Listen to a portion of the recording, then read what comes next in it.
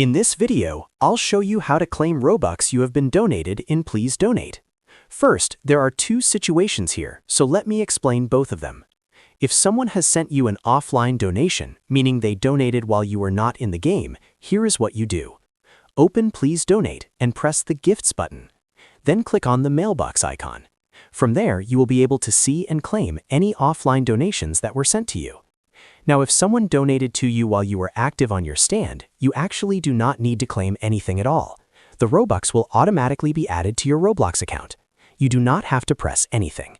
But here is something important to know. The Robux will not show up in your account instantly. Roblox has a pending period of 5 days before the Robux are fully processed and added to your balance, so do not worry if you do not see it right away.